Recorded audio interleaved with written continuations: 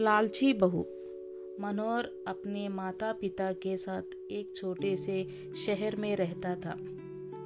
वो एक कंपनी में काम करता था, जिसके पैसे से वो अपना खर्च और अपने परिवार का खर्च चलाता था।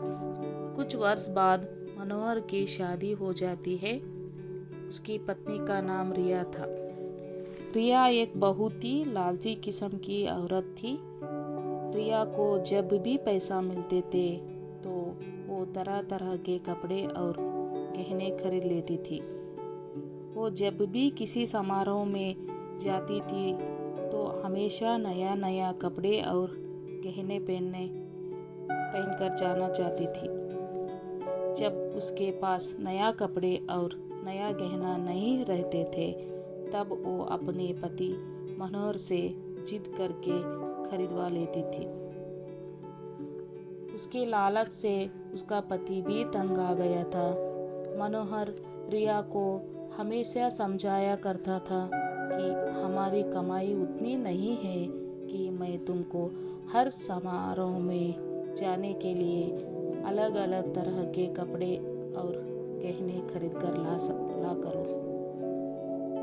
मगर रिया उनकी बातों को मानने के लिए तैयार ही नहीं होती थी। एक दिन जब रिया किसी समारोह में गई थी तब उसकी एक सहेली मनीषा उसके घर पर आई। मनीषा ने रिया की सास से उसके बारे में पूछा। रिया की सास ने मनीषा को सारी कहानी बताई। मनीषा ने अब रिया को सबक सिखाने के लिए एक योजना बनाई।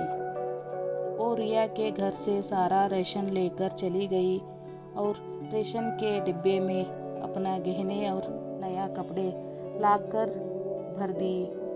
जब रिया समारोह से वापस आई तब वो किचन के डिब्बे में गहने देखकर बहुत खुश हुई।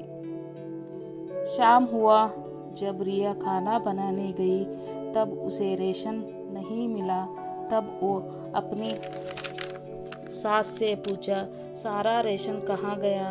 उसकी सास ने जवाब दिया, मैंने सारा राशन और घर का सारा सामान बेचकर तुम्हारे लिए गहने और कपड़े खरीद लिया है। तुम बदल बदल कर हर दिन नए पहने। रिया बोली, मगर खाने के बिना मैं गहने और कपड़े क्या करूँगा? तभी उसकी सहेली मनीषा आई और उसने रिया को सब कुछ बताया कि यहाँ तुमको सबक सिखाने के लिए किया गया था। अब रिया को समझ में आ गया, जीवन जीने के लिए सबसे ज़्यादा ज़रूरी भोजन होता है, ना कि बदल बदल के गहने और कपड़े पहनना।